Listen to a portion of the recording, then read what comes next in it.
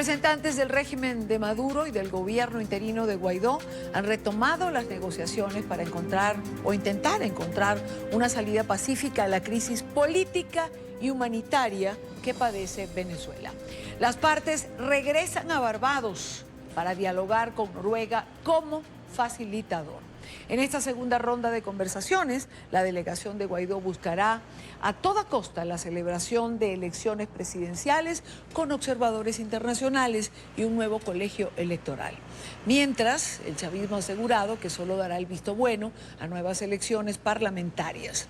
La mesa de diálogo es parte del proceso abierto, recordemos, que comenzó en la ciudad de Oslo en mayo pasado.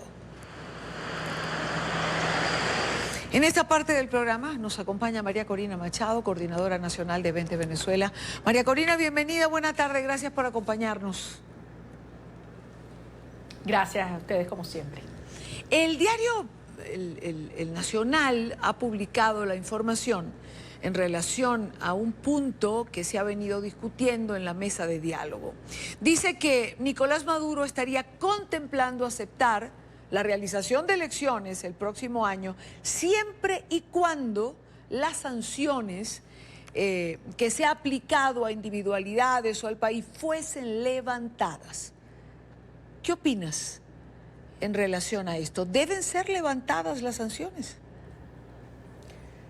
Yo creo que este es un punto que ya todos los venezolanos y el mundo democrático lo tenemos muy claro. Lo que está ocurriendo en Barbados no se trata de elecciones. Se trata precisamente de las sanciones. Y ese es el 1, 2, 3 del régimen. Falsos diálogos ofreciendo farsas electorales con el propósito de levantar las sanciones y que el régimen pueda continuar aferrado al poder. Un Estado criminal que ya no solamente está destruyendo Venezuela, la vida de las familias, las instituciones, la economía, pero que además ya hoy su efecto desestabilizador se está viendo en Colombia y empieza además a extenderse a otros países de nuestra región. María Corina, ¿por qué las sanciones? Es decir, pareciera que de repente cobran protagonismo, pero no pensando en que se apliquen nuevas sanciones, sino como si las sanciones fuesen el origen de todos los males en Venezuela. Mira, cuando aquí se sepa todo, porque va a haber justicia, cuando se entiende la magnitud de la devastación ética, económica, del saqueo, pasará a la historia de la humanidad como el robo más grande de todos los tiempos. Y obviamente hay mucha gente que sigue haciendo mucha plata. Y que están dispuestos a cualquier cosa, a mantener el status quo a costa del hambre de los venezolanos. Por eso yo siempre he insistido, no le temen a la intervención, lo que le temen es a la justicia, pero aquí va a haber justicia, aquí en Venezuela y en la justicia internacional. Es evidente y todo el mundo lo sabe, que esta gente que se robó todo y provocó el hambre de manera intencional, quiere culpar a las sanciones que ha impuesto la comunidad internacional dirigida efectivamente a atacar esos nodos de financiamiento ilegal del régimen, no de Venezuela, del régimen. Precisamente porque ahí es donde está el recurso que necesitan para seguir funcionando a sus anchas y financiando esta operación más allá de nuestras fronteras. Por eso es que quieren el dinero. Las sanciones funcionan, sin lugar a duda. No son suficientes y sobre eso tenemos que hablar. Pero tan les preocupa que la semana que viene se reúne aquí en Venezuela el Foro de Sao Paulo, entre el 25 y el 28 de julio, en su reunión anual y su reunión internacional número 25. Y recordemos que hace pocos días estuvo Diosdado Cabello en La Habana, reunido con Raúl Castro y con Díaz-Canel, precisamente haciendo los preparativos de este evento, en el cual dice que vienen más de 800 personas del hemisferio. Es decir, todos tienen en común no solamente elementos ideológicos, sino también elementos vinculados al crimen y actividades ilegítimas en Venezuela y en otras partes, yo diría en el hemisferio y en incluso otras partes del mundo. Varias preguntas después de lo que acabas de decir. Pero ya que mencionas al Foro de Sao Paulo y este encuentro que se ha pautado en Venezuela, ¿qué se pretende? ¿Mostrar apoyo internacional para Maduro? ¿Relanzar la imagen del régimen más allá de las fronteras de la región, demostrar que Maduro no está solo? Todo eso y mucho más. El Foro de Sao Paulo en esta reunión efectivamente pasa a la ofensiva y además lo han dicho explícitamente. El objetivo es desestabilizar el gobierno del presidente Iván Duque, lo mismo en Brasil, la reelección de Evo, la consolidación de un modelo cada vez más cerrado, intervencionista de López Obrador y llegar incluso abajo contra el gobierno de Piñera, la derrota del presidente Macri en las elecciones argentinas. Eso es lo que buscan y desde luego financiado con toda una red de actividades criminales que tienen su epicentro en Venezuela. Por eso se reúnen esta semana que viene y de allí la amenaza real que esta plataforma que representa hoy y que además aprovecha justo este momento en el cual el mundo y la sociedad venezolana está perpleja frente a esta dinámica de nuevos falsos diálogos en La Habana, en Barbados, pero desde luego tutelados también por La Habana, que generan una enorme contradicción tanto en nuestros aliados internacionales como en la sociedad venezolana, porque al final este proceso implica una desviación de esa ruta y ese compromiso que asumimos los venezolanos a partir del mes de enero, que era primero la salida del régimen, el cese de la usurpación, en segundo lugar, un gobierno de transición que permita dar las condiciones para que pueda haber una elección competitiva y finalmente las elecciones. Yo quiero detenerme, si me permites, en ese segundo punto, porque mucha gente dice, bueno, es que elecciones limpias y libres, ellos han dicho que van a poner un nuevo 5 rectores del CNE, depurar el registro, observación internacional, ciertas garantías, etcétera, etcétera. Todo eso desde el punto de vista técnico obviamente es complejo y necesario, pero es absolutamente insuficiente. Mientras el régimen tenga el control de la fuerza física, de la fuerza judicial y de la fuerza comunicacional, jamás habrá una elección limpia en Venezuela y jamás será posible derrotarlos. Por lo tanto, los venezolanos sabemos que mientras el régimen, no solo Maduro, el régimen está en el poder, no va a haber posibilidad de una salida electoral. Esta gente no va a entregar el poder. Hay que quitárselo. María Corina, de plantearse unas elecciones, de llegar a ellas el próximo año, habría que entender que los dos pasos anteriores serían también aceptados, es decir, cese de la usurpación y un gobierno de transición. Mira, la única manera que el régimen salga del poder es con la construcción de una fuerza liberadora superior a la fuerza de ocupación que hoy hay en Venezuela. En Venezuela existe una guerra no convencional. Algunos quieren evadirlo, algunos no quieren llamar las cosas por su nombre, pero es lo que hay. No solamente es el ELN con sus actividades ya descaradas dentro de Venezuela, al cual le sirve de santuario para todas las actividades terroristas que está haciendo en Colombia, como valientemente y firmemente ha denunciado el presidente Iván Duque.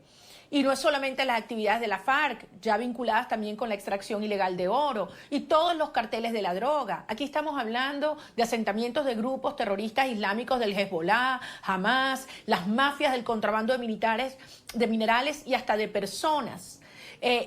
¿Quién cree que este régimen y todas estas fuerzas van a ceder el poder si no es confrontados con una fuerza superior? Y por eso ese es el primer paso, y por eso hemos planteado la necesidad de crear esa coalición de los países que más están afectados por el drama venezolano, que son Colombia, Brasil, las islas neerlandesas y Estados Unidos, y obviamente incorporando a todas otras aquellas naciones que comparten este propósito, pero entendiendo que todas estas pseudodiálogos y estos espacios de negociación que podrán sonar muy agradables y muy convenientes. ¿Quién más que nosotros, que quisiéramos que por allí podría resolverse el conflicto venezolano? Pero que eso no va a funcionar. Entonces, hay que construir una amenaza real, hay que actuar en el plano de la inteligencia, de la María opinión Corina. pública mundial, de las acciones de la policía internacional, de la justicia internacional y sí, acciones María Corina. militares quirúrgicas específicas de altísimo impacto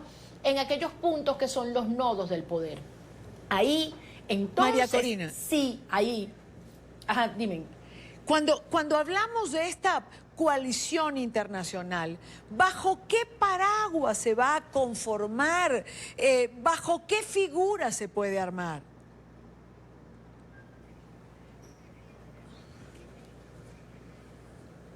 Bueno, en primer lugar, se arma bajo el paraguas de la confianza, bajo el paraguas del cumplimiento estricto a la palabra y al compromiso que asumimos en el mes de enero, todos, con los millones de venezolanos que han arriesgado su vida, su familia, su patrimonio familiar, todo para parar este horror y esta tragedia, y también el compromiso que asumimos con más de 50 países. Entonces, hay que entender que no es verdad que se puede actuar simultáneamente en todos los tableros, porque hay acciones que perjudican o neutralizan a otras.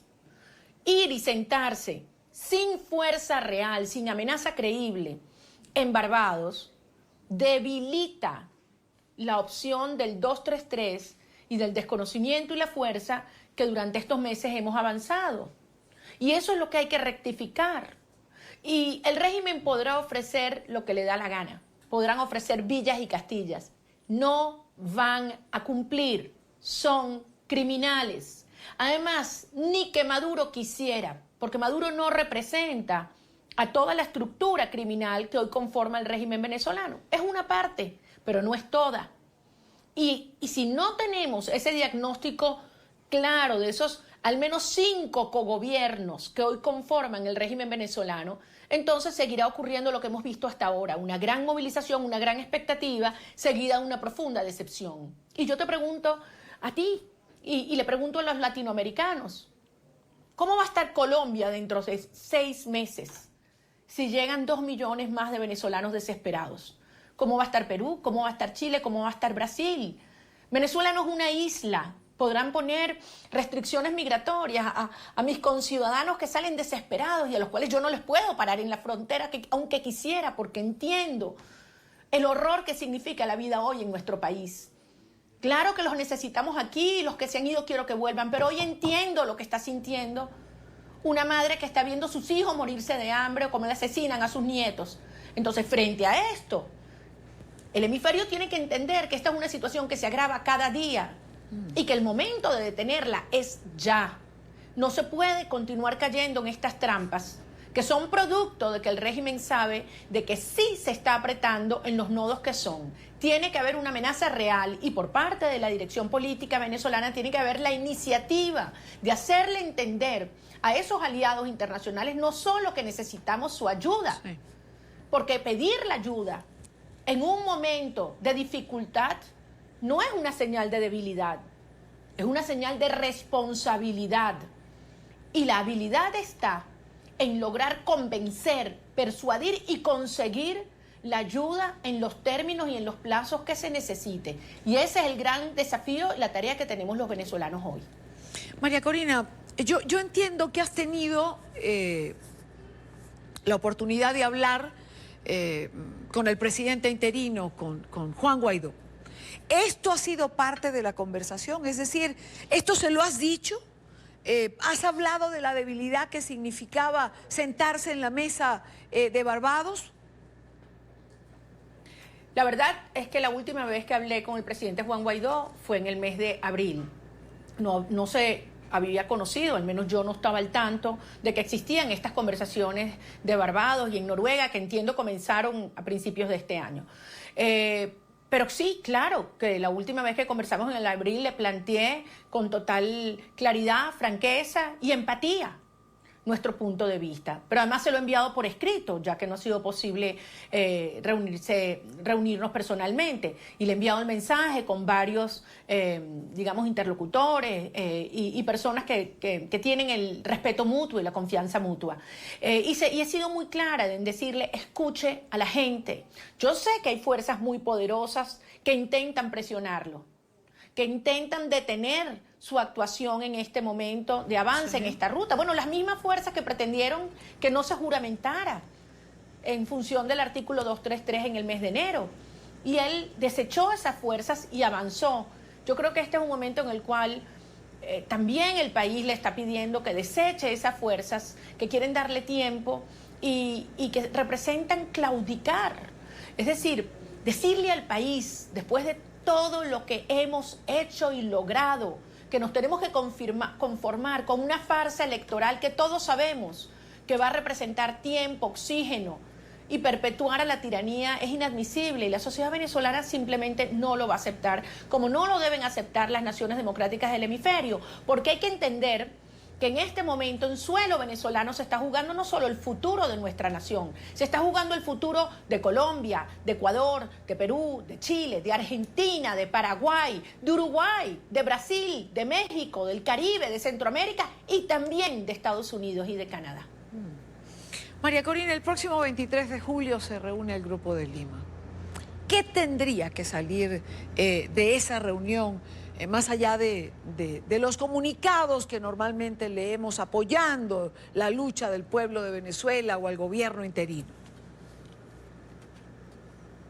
Sí, esta reunión del 23 de julio es muy importante, el Grupo de Lima en Buenos Aires, y aprovecho, ya que menciono Buenos Aires, porque quisiera hacer un reconocimiento especial al presidente Mauricio Macri, quien el día de hoy formalmente oficializó a Hezbollah como un movimiento terrorista.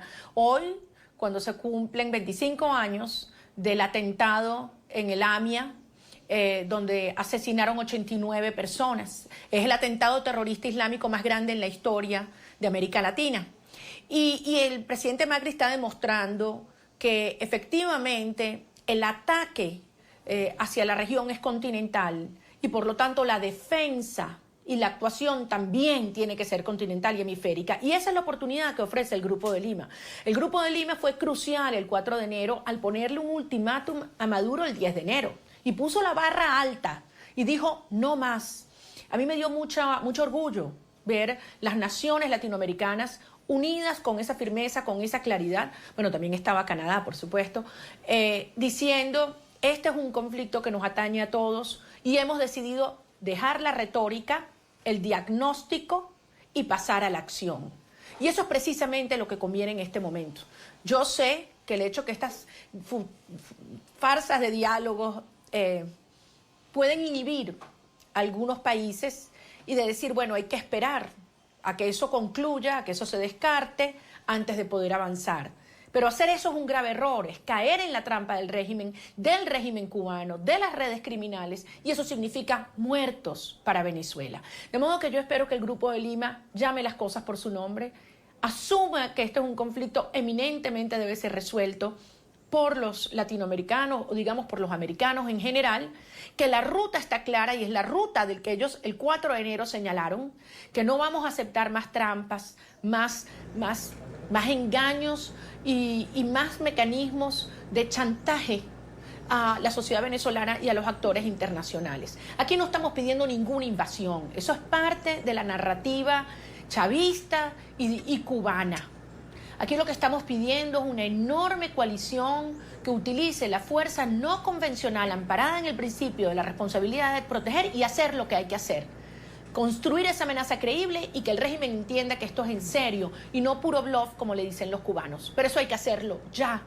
Y eso es lo que esperamos los venezolanos del Grupo de Lima a partir en esta reunión del 23, porque de lo contrario, como hemos hablado otras veces, estas instancias perderán relevancia tanto para Venezuela como para la lucha por la liberación de nuestro hemisferio. Bueno, lo cierto es que lo que no tienen los venezolanos es tiempo. Y eso lo dice, por ejemplo, el informe de la FAO, que habla de los millones de venezolanos que hoy sufren de hambre.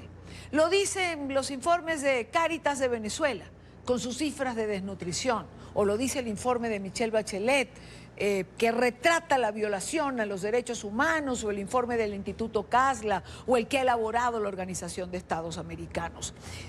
Tiempo es lo que no hay, y esa es una realidad absoluta.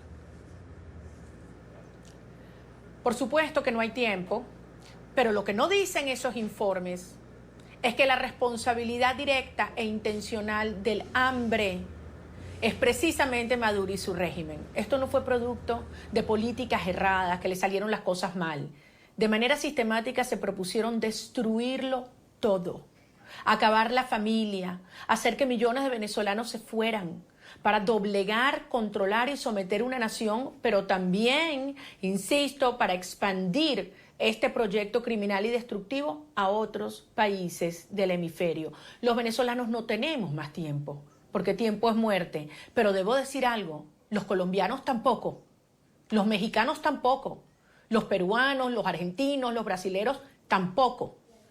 Esto es una absoluta prioridad. Frente a esta amenaza real de la organización del Foro de Sao Paulo, ¿cómo nos estamos organizando los demócratas? Las fuerzas del bien contra estas fuerzas criminales antioccidentales. Eso es lo que hay que asumir. Esa es la realidad. Hay que actuar ahora porque cada día que pase, el costo de la no actuación crece, pero el costo para la liberación de Venezuela va a ser mayor también. Está muy claro lo que tenemos que hacer, muy claro. Seguir por una ruta de fuerza incremental, descartar todas las opciones de farsas electorales y falsos diálogos que solo le sirven de fachada al régimen para ganar tiempo y dinero, y nada de plantear, como algunos dicen ahora, levantar sanciones, todo lo contrario. Terminar de precisar a los criminales que se han llevado los recursos de los venezolanos, que han cometido delitos de lesa humanidad, y hacerles entender que esto no tiene vuelta atrás. Aquí habrá justicia y los culpables pagarán. Y entonces podremos avanzar por un proceso amplio de reconstrucción institucional con pluralismo, con tolerancia, con respeto, con perdón, pero primero que nada con justicia. Solo así podremos liberar a Venezuela y destruir la amenaza que se cierne sobre toda la región. Gracias a María Corina Machado, coordinadora nacional de 20 Venezuela. Gracias, María Corina, como siempre, por estar con nosotros. Muchísimas gracias a ustedes, siempre a la orden.